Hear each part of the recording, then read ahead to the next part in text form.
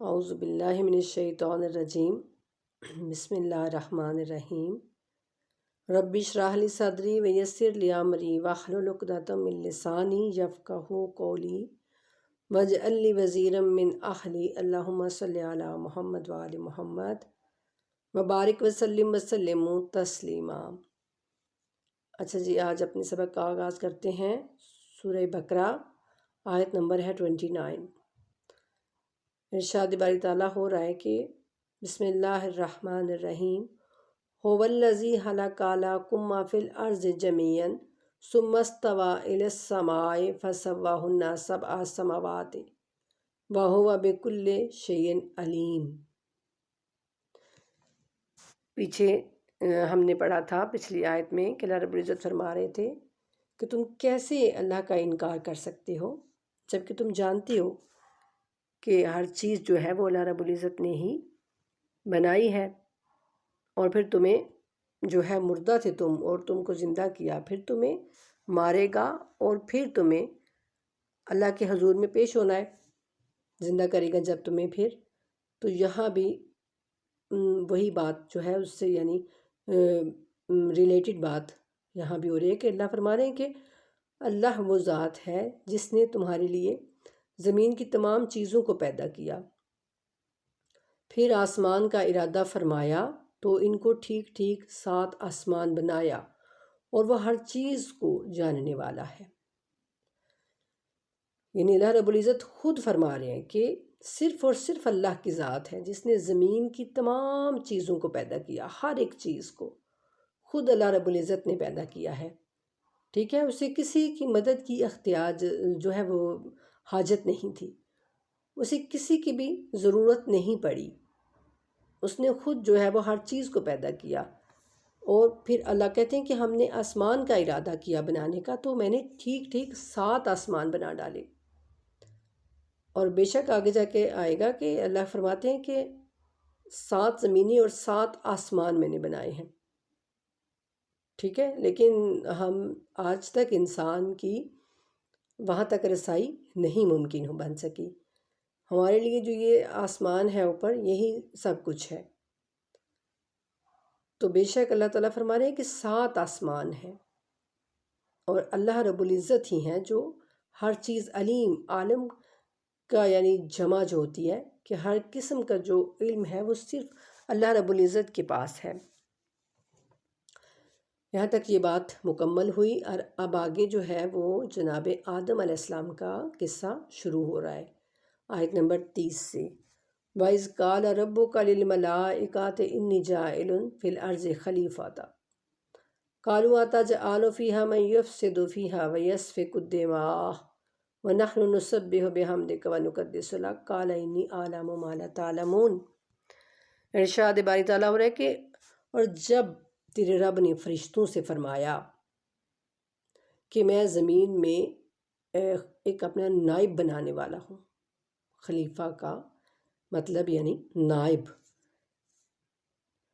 تو انہوں نے عرض کیا کہ کیا آپ زمین میں ایسا نائب بنائیں گے جو اس میں فساد کرے گا اور خون بہائے گا، جبکہ ہم حمد و ثنا کے ساتھ تیری تسبیح و تقدیس بیان کرتے ہیں۔ اللہ رب العزت نے فرمایا کہ جو کچھ میں جانتا ہوں وہ تم نہیں جانتے۔ اچھا جی، اللہ تعالیٰ نے یعنی فرشتوں سے کہا، فرشتوں کو بتایا کہ میں زمین میں اپنا ایک نائب مقرر کرنے والا ہوں، بنانے والا ہوں۔ تو انہوں نے عرض کیا، اب یہ بے شک ان کو پہلے سے یہ علم تھا کہ انسان جو ہے وہ لڑائی جھگڑا کرنے والا اور فساد کرنے والا ہوگا۔ کیسے معلوم تھا؟ شاید اس سے پہلے کہ جنات جو ہیں وہ زمین پر آباد تھے اور وہ لڑائیاں جھگڑے اور فساد کرتے تھے، ہو سکتا ہے کہ اس وجہ سے ان کو یہ علم ہو کہ پہلے اللہ رب العزت نے جنات جو بنائے تو اب یہ انسان بھی اسی طرح سے ہوگا۔ تو اللہ رب العزت انہوں نے کہا کہ جب ہم آپ کی جو ہے تسبیح و تقدیس کر رہے ہیں، یعنی ان کو یہ بھی پتہ تھا کہ اللہ رب العزت جو ہیں خود پاک اور منزہ ہیں، تو جو ان کا خلیفہ ہوگا، جو ان کا نائب ہونا چاہیے، وہ بھی اچھا اور بہترین ہونا چاہیے، جو اللہ کی حمد و ثنا بیان کرے، جو اللہ کی تعریف کرے، اس کی تقدیس کرے اور جو ہے اس کی عبادت کرے، یعنی لیکن یہ سب کچھ انہوں نے کہا اور بالکل یہ انہوں نے ٹھیک کہا، لیکن ان کے جواب میں اللہ رب العزت نے صرف اتنا کہا کہ جو میں جانتا ہوں وہ تم نہیں جانتے۔ یعنی آپ نے یہ نہیں کہا کہ انسان ایسا نہیں کرے گا، بے شک انسان ایسا کر رہا ہے، اور بہت کم جو ہے وہ اللہ کے بندے ہیں جو ہر وقت جو ہے اللہ کی حمد و ثناء میں لگے رہتے ہیں، اس کی تسبیح و تقدیس میں لگے رہتے ہیں، ہم سب کو پتہ ہے۔ تو اللہ نے پھر صرف اتنا کہا کہ جو میں جانتا ہوں وہ تم نہیں جانتے۔ وَعَلَّمَ آدَمَ الْأَسْمَاءَ كُلَّهَا ثُمَّ عَرَضَهُمْ عَلَى الْمَلَائِكَةِ فَقَالَ أَنبِئُونِي بِأَسْمَاءِ هَؤُلَاءِ إِن كُنتُمْ صَادِقِينَ۔ اور علم دیا اللہ نے آدم علیہ السلام کو، ٹھیک ہے، اللہ تعالیٰ نے آدم کو علم دیا، نام بتائے، اسماء کلہا، تمام نام جو ہے، تمام چیزوں کے نام یہاں لکھا ہوا ہے، تمام نام اللہ رب العزت نے یعنی بتا دیے آدم کو۔ پھر ان کو فرشتوں کے سامنے پیش کیا اور فرمایا اگر تم سچے ہو تو مجھے ان چیزوں کے نام بتاؤ۔ اچھا جی، یہاں ایک کویسچن جو ہے وہ ہمارے ذہنوں میں پیدا ہوتا ہے کہ کیا اللہ رب العزت نے صرف آدم کو نام بتائے اور پھر جو ہے فرشتوں کو پوچھا وہ چیزیں، وہ جو بھی تھے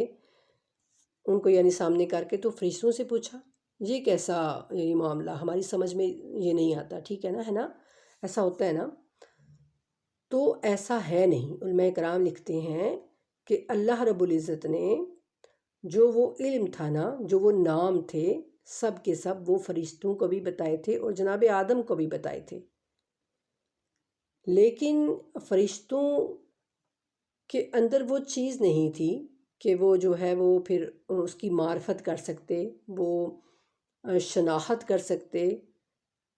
یعنی ان کے اندر وہ شعور نہیں تھا، وہ معرفت نہیں تھی۔ لیکن آدم کے اندر جس طرح سے آدم کو اللہ رب العزت نے بنایا تھا، جس طرح سے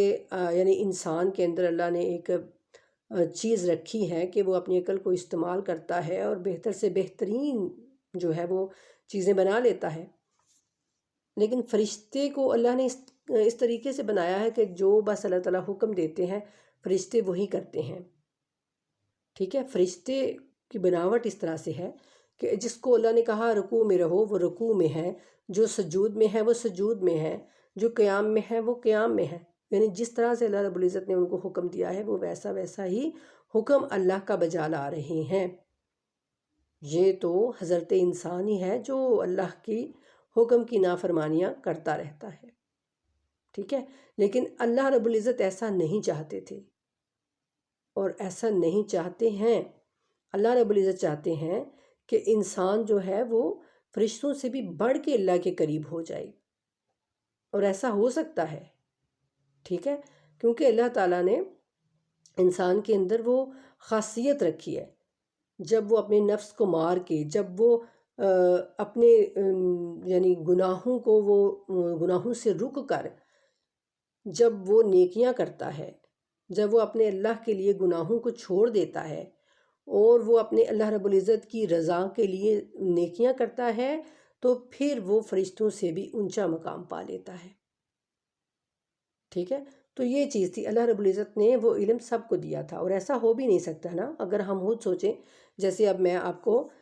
یہ درس دیتی ہوں، تو اگر میں کسی الگ سے ایک بچی کو جو ہے وہ کچھ بتا دوں اور میں سب سے پوچھوں کہ بتاؤ بھئی، اور پھر کوئی بھی نہ بتا سکے اور وہ ہی مجھے بتا دے جس کو میں نے خود بتایا ہے، تو یہ تو پھر وہ فضیلت والی بات نہیں نہ ہوئی، وہ تو پھر یہ تو چیٹنگ ہو گئی نا۔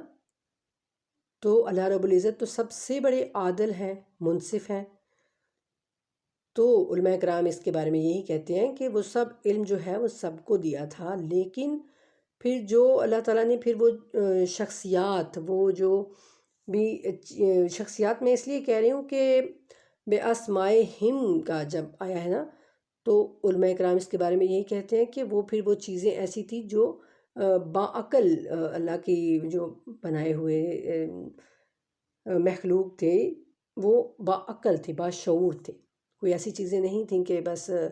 کوئی عام چیزیں یا پھر یعنی کہ بے جان چیزیں، ٹھیک ہے؟ تو اس لیے میں کہہ رہی ہوں، تو جب ان شخصیات کو پھر اللہ رب العزت نے سامنے کیا آدم کے اور فرشتوں کے، تو پھر ملائکہ جو ہیں وہ ان کی شناخت نہیں کر سکے، وہ نہیں پہچان سکے، کیونکہ ان کے اندر وہ اللہ تعالیٰ نے صلاحیت ہی نہیں رکھی تھی، ٹھیک ہے؟ جو صلاحیت اللہ تعالیٰ نے انسان کے اندر رکھی ہے، جو جناب آدم کے اندر رکھی تھی۔ مثال کے طور پہ اب جو سمجھیں کہ کوئی چھوٹا بچہ ہے، ٹھیک ہے، 3-4 سال کا بچہ، تو اگر ہم 3-4 سال کے بچے کو ایک بڑی گاڑی لا کے دیتے ہیں، صحیح والی، اصلی والی گاڑی، ٹھیک ہے، یعنی کھلونے کے طور پہ اگر ہم اس کو وہ لا کے دیں تو اس کے لیے اس کی کوئی حیثیت نہیں ہوگی، لیکن اگر ہم وہی گاڑی کسی نوجوان کو دیتے ہیں تو ظاہر ہے وہ بہت خوش ہوگا، کیونکہ اس کو اس کی اہمیت کا پتہ ہے، لیکن اس بچے کو اس کھلونے کا ہی پتہ ہے، جو کھلونا جس سے وہ کھیل سکتا ہے، جس کو وہ اٹھا سکتا ہے، جس کے ساتھ وہ کھیل سکتا ہے، تو اس کے لیے وہ کھلونا اہمیت رکھتا ہے، اور وہ اس کھلونے کو جانتا ہے بس کہ میرے لیے یہ ٹھیک ہے۔ وہ تو بڑی سی گاڑی دیکھ کے تو وہ ویسے ہی گھبرا جائے گا نا کہ اس کے ساتھ میں کیسے کھیلوں، اس کو میں کیسے اٹھاؤں، کیسے اس کو میں چلاؤں۔ تو وہ بات،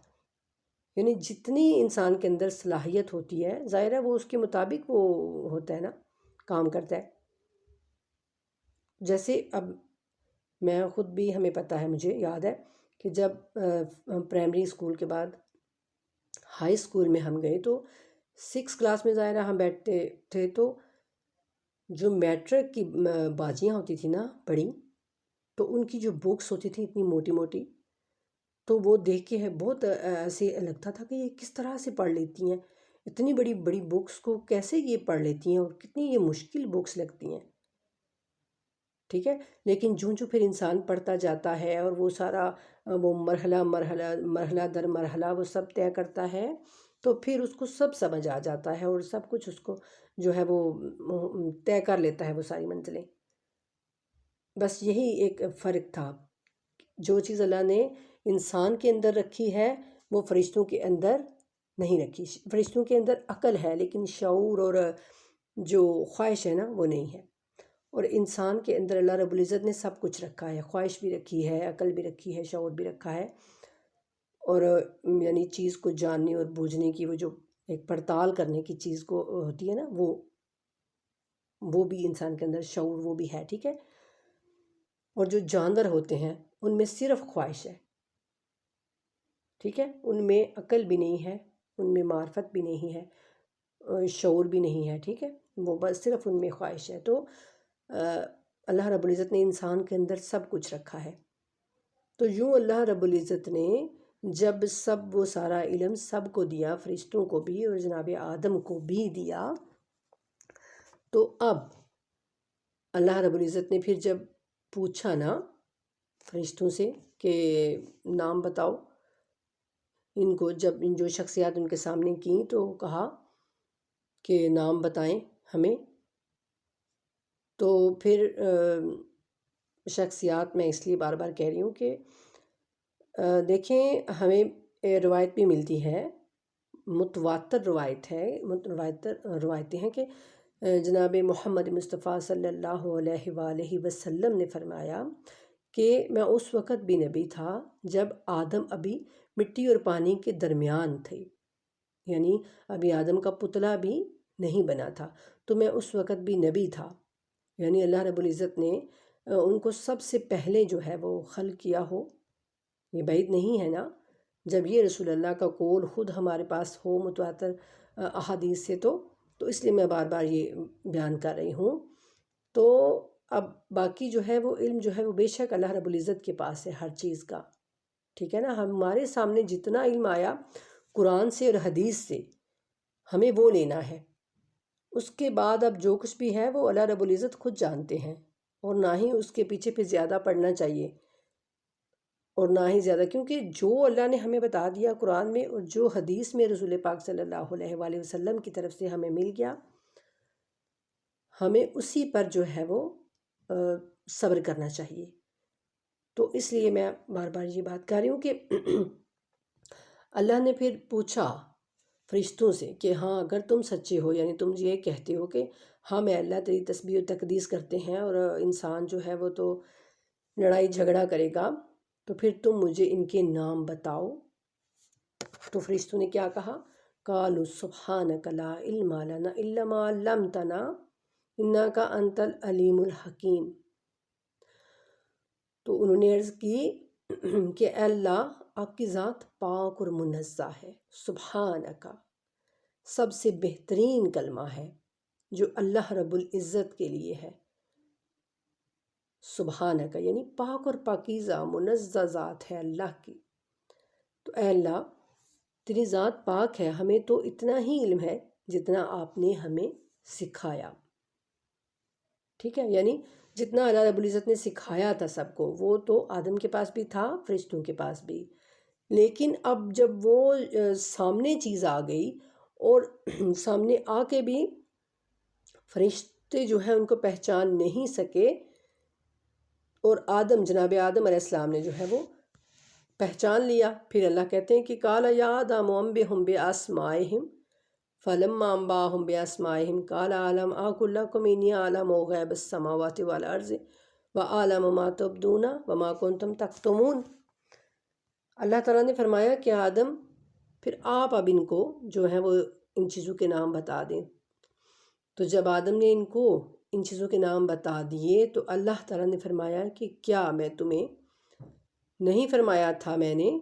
تمہیں کہ زمین اور آسمانوں کی غیب میں ہی جانتا ہوں۔ ٹھیک ہے، غیب جتنا بھی ہے وہ اللہ رب العزت کے پاس ہے۔ ہاں آگے جا کے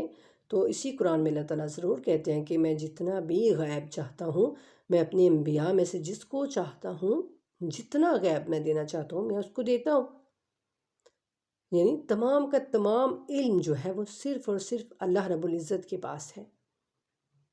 باقی پھر وہ جس کو جتنا چاہتے ہیں دے سکتے ہیں۔ تو زمین اور آسمانوں کے غیب میں ہی جانتا ہوں، اور میرے علم میں ہے جو تم ظاہر کر رہے ہو اور جو تم چھپا رہے ہو۔ چھپا کیا رہے تھے وہ؟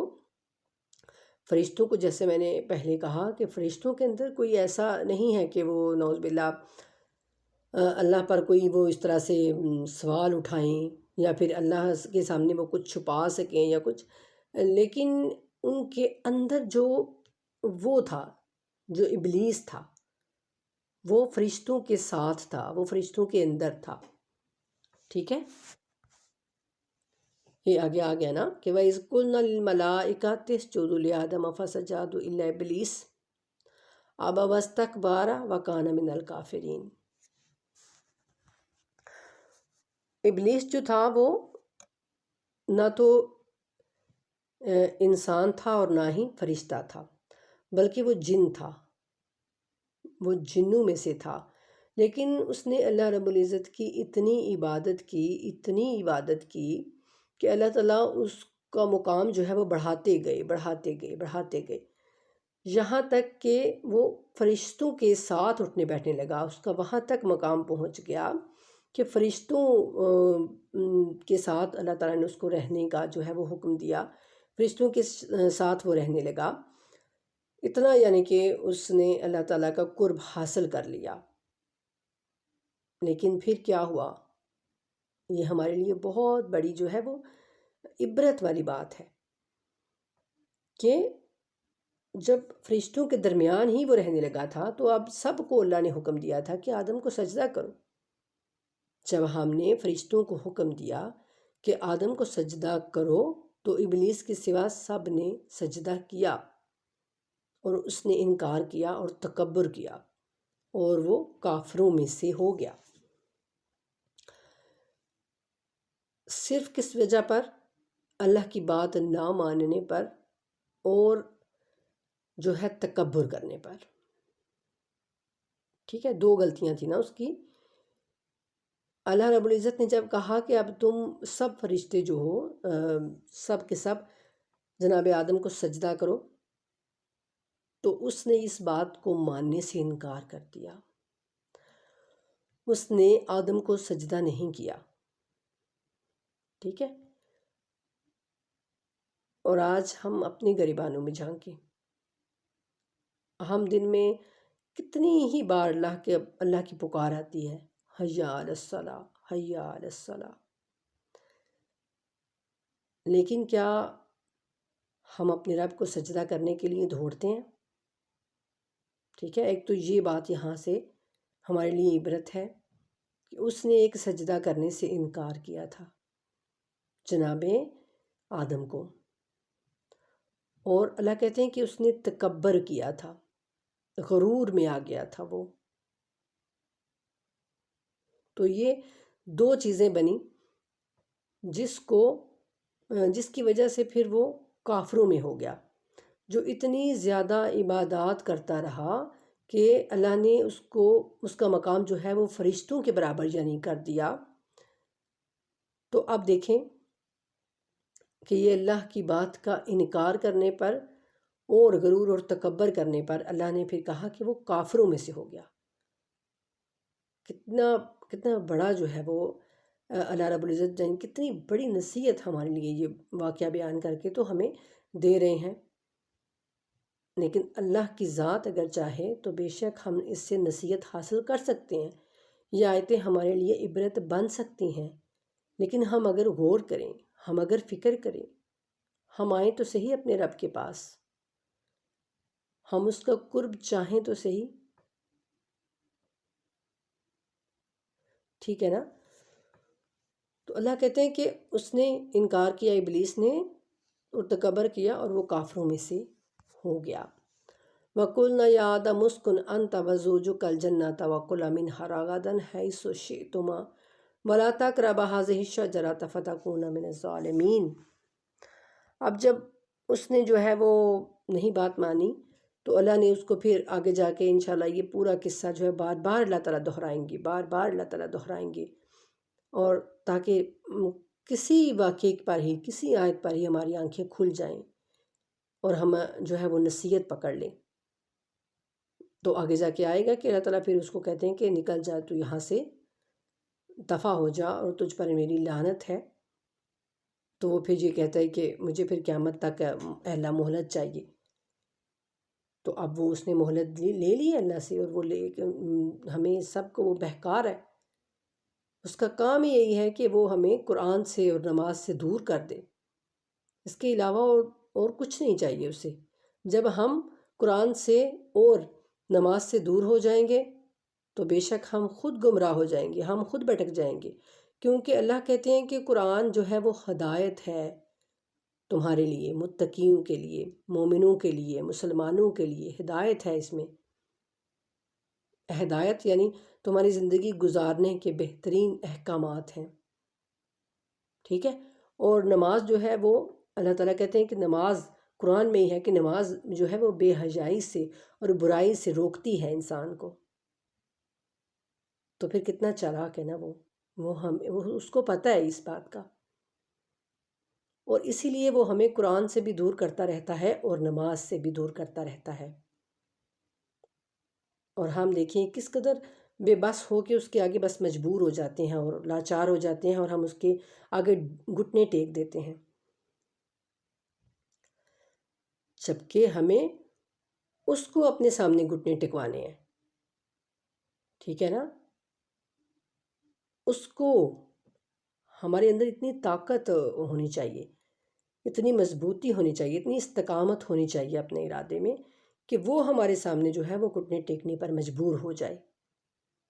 اگر وہ ہمیں کہے کہ یوں کرو یوں کرو تو ہم ڈٹ جائیں اپنے نفس کے سامنے کہ نہیں، ہم نے تو وہ کرنا ہے جو اللہ اور اس کا رسول چاہتے ہیں، ٹھیک ہے۔ تو تب ہوگے ہم بہترین بشریت، تب حق ہوگا۔ نائب کیا ہوتا ہے؟ اللہ نے ہمیں انسان کو، یعنی اللہ رب العزت نے نائب بنایا نا۔ نائب کا مطلب کیا ہوتا ہے؟ خلیفہ کا مطلب، خلیفہ کون ہوتا ہے؟ خلیفہ ہوتا ہے یعنی جو بہت بڑا، آپ کے سامنے آج رکھوں کہ جو بادشاہ ہوتا ہے نا، بادشاہ ہم سب دیکھتے ہیں آج جو صدر ہوتا ہے تو اس کا ایک وزیر اعظم ہوتا ہے، ہوتا ہے نا، تو اسی طرح جو بادشاہ ہوتا تھا اس کا بھی ایک وزیر ہوتا تھا، ایک خلیفہ ہوتا تھا، اور وہ خلیفہ، وہ وزیر، وہ وہی کرتا تھا جیسا اس کو بادشاہ حکم دیتا تھا، اپنی مرضی سے وہ کچھ نہیں کر سکتا تھا۔ اور نائب اور خلیفہ کا مطلب یہی ہے کہ اللہ کا نائب اور خلیفہ یعنی جیسا اللہ رب العزت چاہیں، جیسا وہ کہیں، انسان ویسا ویسا کرتا جائے۔ ٹھیک ہے، تو اللہ تعالیٰ ہم سب کو اپنے دین پر استقامت دیں۔ تو دیکھیں اللہ فرما رہا ہے کہ اور ہم نے فرمایا کہ اے آدم تم اور تمہاری بیوی جنت میں رہو اور جہاں سے چاہو کھاؤ پیو، وافر کھاؤ یعنی جتنا چاہو کھاؤ، اور اس درخت کے قریب نہ جانا۔ ایک درخت کی طرف جانی اللہ رب العزت نے اشارہ کر کے فرمایا کہ اس کے قریب نہ جانا ورنہ تم ظالموں میں شمار ہوگے۔ ٹھیک ہے، دیکھیں اب آدم جو ہیں وہ سب سے پہلے بشر ہیں، اللہ کے خلیفہ ہیں، بہترین انسان ہیں۔ تو اللہ نے ان کی بیوی کو جب پیدا کیا اور ان کے ساتھ جو ہے وہ رہنے سہنے کے لیے کہا، تو پھر ساتھ بھی ایک جو ہے وہ یعنی کہتے ہیں کہ ایک میعاد مقرر کی نا، ایک چیز مقرر کی نا کہ اس درخت کے قریب نہ جانا۔ یعنی اللہ تعالیٰ یہ دیکھنا چاہتے تھے اور ہمیں یہ دکھانا چاہتے تھے انسان کو کہ دیکھو اگر میری بات نہیں مانو گے تو یہ سب ہوگا تمہارے ساتھ۔ اور جناب آدم کو بھی اسی بنایا تو اللہ نے زمین کے لیے تھا خلیفہ، لیکن اللہ رب العزت نے پھر وہاں پر رکھا تاکہ یہ شیطان کا جو حربہ ہے وہ ان کو سارا پتہ چل جائے، یہ جان جائیں کہ شیطان واقعی میں ان کا دشمن ہے۔ ٹھیک ہے، تو وہ اللہ تعالیٰ نے ان کو بتانے کے لیے پھر اللہ نے ان کو جنت میں رکھا اور پھر کہا کہ اس درخت کے قریب مت جانا، یعنی ایک حد مقرر کی کہ اس حد تک رہنا، اس حد کو کراس نہ کرنا ورنہ تم ظالموں میں سے ہو جاؤ گے۔ کتنی بڑی بات ہے نا۔ تو اللہ تعالیٰ ہم سب پہ جو ہے وہ اپنا کرم کریں۔ آج کا ہمارا سبق جو ہے وہ یہیں تک۔ تو صبح جو ہے وہ ہمارا ایگزام کا دن بھی ہے، سوال و جواب کا دن ہے انشاءاللہ۔ اللہ کے فضل اور اس کے کرم سے صبح جو ہے وہ کوشش کریں گے کہ 3 بجے اپنی کلاس جو ہے وہ شروع کریں۔ ٹھیک ہے، اپنا سب بہت خیال رکھیے گا، دعاؤں میں یاد رکھیے گا۔ ٹھیک ہے جی، اللہ حافظ۔ اللہم صلی علی محمد وآل محمد وعجل فرجہم وفرجنا بہم برحمتک یا ارحم الراحمین، آمین یا رب العالمین۔